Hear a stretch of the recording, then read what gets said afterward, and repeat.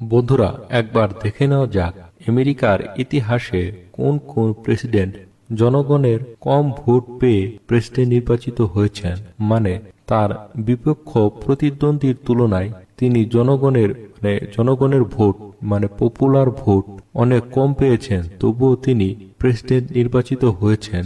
একবার আমেরিকার নির্বাচনের ইতিহাসটা দেখে নেওয়া যাক। 2016 সালে রিপাবলিকান প্রার্থী ডোনাল্ড ট্রাম্প 306টি ইলেকটোরাল ভোট পেয়ে প্রেসিডেন্ট নির্বাচিত হন, যদিও তিনি ডেমোক্র্যাট প্রার্থী হিলারি ক্লিন্টনের চেয়ে প্রায় 30 লাখ কম ভোট পেয়েছিলেন।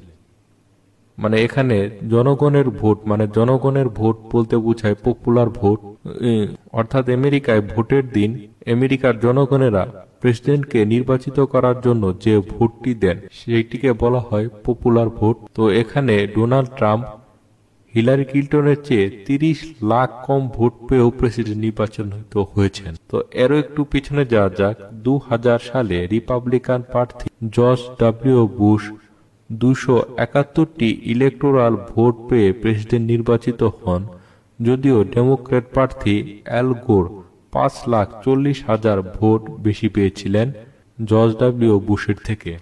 1888 সালে রিপাবলিকান প্রার্থী বেঞ্জামিন হ্যারিসন 233টি ইলেকটোরাল ভোট পেয়ে প্রেসিডেন্ট নির্বাচিত হন, যদিও ডেমোক্র্যাট প্রার্থী গ্রেভার ক্লিভল্যান্ড 1,456টি ভোট বেশি পেয়েছিলেন তার থেকে।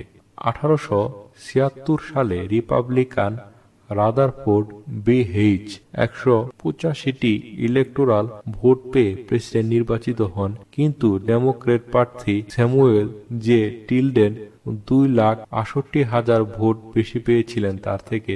1824 সালে ইলেকটোরাল কলেজের 4 জন প্রার্থীর পক্ষে বিভক্ত হয়ে হাউস জন কুইন্স অ্যাডামসকে প্রেসিডেন্ট নির্বাচিত করেন, যদিও অ্যান্ড্রু জ্যাকসন তার চেয়ে বেশি পপুলার ইলেকটোরাল ভোট পেয়েছিলেন। বন্ধুরা, এখানে আমেরিকা নির্বাচনের যে ইতিহাসটা দেখানো হলো, এখানে আপনারা দেখছেন যে জনগণের কম ভোট পেয়েও প্রেসিডেন্ট নির্বাচিত হয়েছেন, কিন্তু এখানে ইলেকটোরাল ভোটের কথা বলা হচ্ছে, যেটি প্রেসিডেন্ট নির্বাচিত হওয়ার জন্য সবচেয়ে গুরুত্বপূর্ণ। তো আমেরিকার নির্বাচন পদ্ধতি কিভাবে কাজ করে এবং কিভাবে জনগণের ভোট কম পেয়েও আমেরিকার প্রেসিডেন্ট নির্বাচিত হওয়া যায় সেই বিষয়ে আলোচনা করব এই ভিডিওতে। তো সবাইকে আবারও স্বাগতম জিওগ্রাফিক্যাল পলিটিক্স ফিলোসফি হিস্ট্রি চ্যানেলে। আপনাদের সাথে আছি আপনাদের বন্ধু আমি রাজন। তো এখন শুরু করা যাক। জনগণের সরাসরি বা প্রত্যক্ষ ভোটে যুক্তরাষ্ট্রের প্রেসিডেন্ট নির্বাচিত হন না। ইলেকটোরাল কলেজ নামে পরিচিত একদল কর্মকর্তার পরোক্ষ ভোটে নির্বাচিত হন মার্কিন প্রেসিডেন্ট। কলেজ শব্দটি বলতে একদল লোককে বোঝায় যারা নির্বাচকের ভূমিকা পালন করেন। তাদের সবার কাজ প্রেসিডেন্ট ও ভাইস প্রেসিডেন্ট নির্বাচন করা। প্রত্যেক 4 বছর অন্তর অন্তর নির্বাচনের কয়েক সপ্তাহ পরে ইলেকটোরাল কলেজের নির্বাচকরা একত্রিত হন তাদের দায়িত্ব পালন করার জন্য। যুক্তরাষ্ট্রের সংবিধান অনুযায়ী এই পদ্ধতিতেই একজন প্রেসিডেন্ট নির্বাচিত হন, যা কেন্দ্রীয় সরকার ও রাজ্য সরকারের আইনের জটিল এক সমন্বয়ের মাধ্যমে তৈরি করা হয়েছে। তাত্ত্বিকভাবে বলা যায়, প্রার্থীদের মধ্যে সারা দেশে যিনি সবচেয়ে বেশি ভোট পান ইলেকটোরাল কলেজ তাকেই প্রেসিডেন্ট হিসেবে নির্বাচন করে থাকে, কিন্তু সবসময় যে ঠিক এরকম হয় তা নয়। তো এখন জানা যাক কিভাবে কাজ করে ইলেকটোরাল কলেজ পদ্ধতি। ইলেকটোরাল কলেজ পদ্ধতিতে প্রত্যেকটি রাজ্যের হাতে থাকে কিছু ভোট। কোন রাজ্যে কতজন ইলেকটোরাল বা নির্বাচক থাকবেন সেটা নির্ভর করে ওই রাজ্যের জনসংখ্যার উপর। সবচেয়ে বেশি জনসংখ্যা ক্যালিফোর্নিয়া রাজ্যে, ফলে এই রাজ্যের ইলেকটোরালের সংখ্যা সর্বোচ্চ। এখানে 55টি ইলেকটোরাল রয়েছে। ছোট ছোট কিছু রাজ্য এবং ডিস্ট্রিক্ট অফ কলম্বিয়ার আছে 3টি করে ভোট। আলাস্কা এবং নর্থ ড্যাকোটা রাজ্যের হাতেও 3টি করে ভোট রয়েছে। প্রেসিডেন্ট নির্বাচনের দিন প্রার্থীরা সারা দেশে ভোটারদের কাছে থেকে যেসব ভোট পান সেগুলোকে বলা হয় পপুলার ভোট এবং ইলেকটোরাল কলেজের ভোটকে বলা হয় ইলেকটোরাল ভোট। কোনো একটি রাজ্যে যে প্রার্থী সবচেয়ে বেশি পপুলার ভোট পাবেন তিনি ওই রাজ্যের সবগুলো ইলেকটোরাল ভোট পেয়ে যাবেন। উদাহরণ হিসেবে বলা যায়, টেক্সাস রাজ্যের রিপাবলিকান প্রার্থী যদি 50.1% ভোট পান তাহলে ওই রাজ্যের 38টি ইলেকটোরাল ভোট তাদের পকেটেই যাবে। ইলেকটোরাল কলেজের মোট ভোটের সংখ্যা 538টি। মাইন ও নেব্রাস্কা এই দুটি অঙ্গরাজ্য বাদে বাকি সবগুলো রাজ্যের ইলেকটোরাল ভোট যোগ দিলে যে প্রার্থী 270টি বা তারও বেশি ভোট পাবেন তিনি প্রেসিডেন্ট নির্বাচিত হবেন। মোট ইলেকটোরাল ভোট 538টি, এর অর্ধেক 269টি এবং জয়ী হয়ে হোয়াইট হাউসে যাওয়ার জন্য আরও একটি ভোট প্রয়োজন। এভাবেই 270টি ভোট পেতে হবে একজন প্রার্থীকে প্রেসিডেন্ট নির্বাচিত হওয়ার জন্য। এক এক রাজ্যের হাতে এক এক সংখ্যক ভোট থাকার কারণে প্রার্থীরা তাদের নির্বাচনী প্রচারণার ব্যাপারে এমনভাবে ছক তৈরি করেন যেখানে তারা বেশি ভোট আছে এমন রাজ্যগুলোকে প্রাধান্য দিয়ে থাকেন।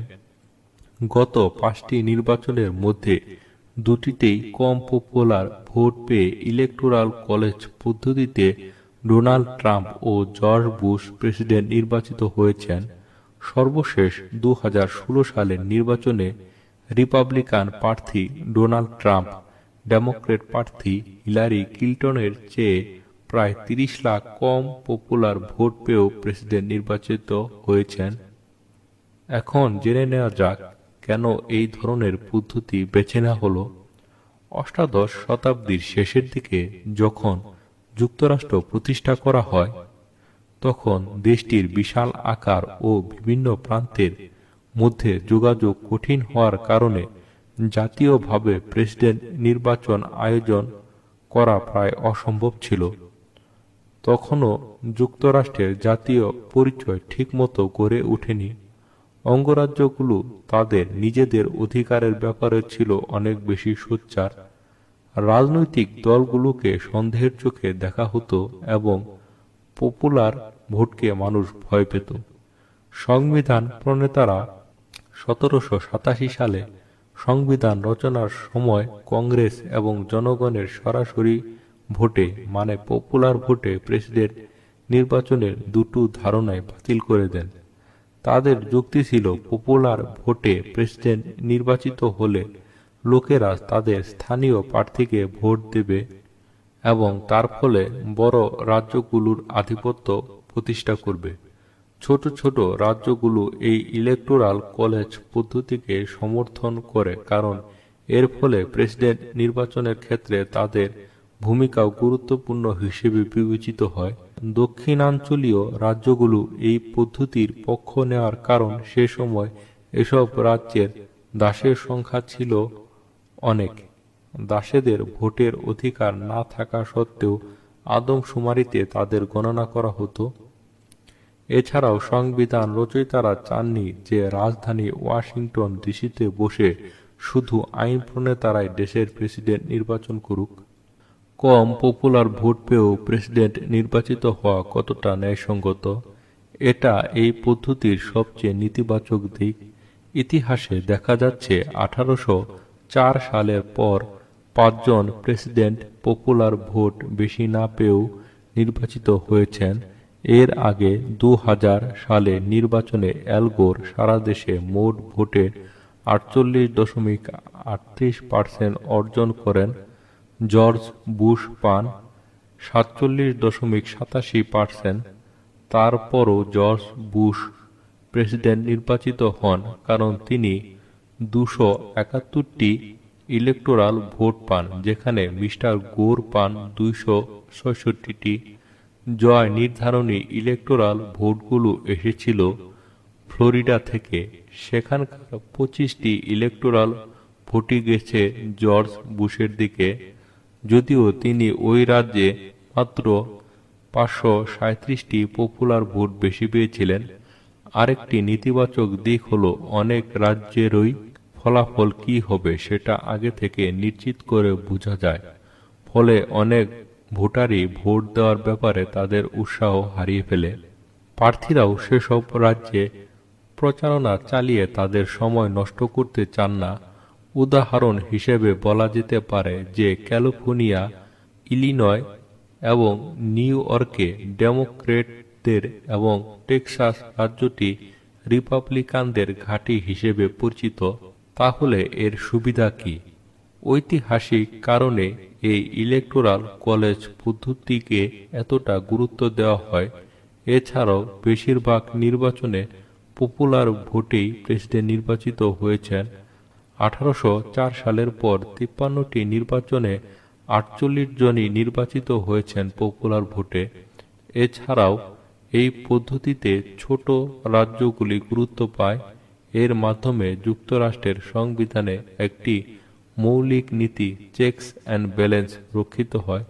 উদাহরণ হিসেবে বলা যায়, বৃহত্তম রাজ্য ক্যালিফোর্নিয়ার জনসংখ্যা যুক্তরাষ্ট্রের মোট জনসংখ্যার 12.3%, কিন্তু এই রাজ্যের হাতে আছে 55টি ইলেকটোরাল ভোট, যা ইলেকটোরাল কলেজের মোট ভোটের 10.22%।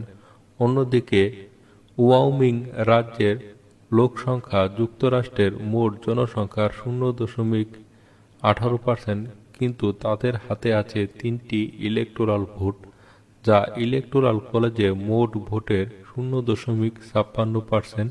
এই কলেজ সিস্টেমের আরও একটি দিক হচ্ছে একজন প্রার্থীকে সারা দেশে ভোট পেতে হবে। কোনো প্রার্থী ইলেকটোরাল কলেজের 270টি ভোট না পেলে কি হবে?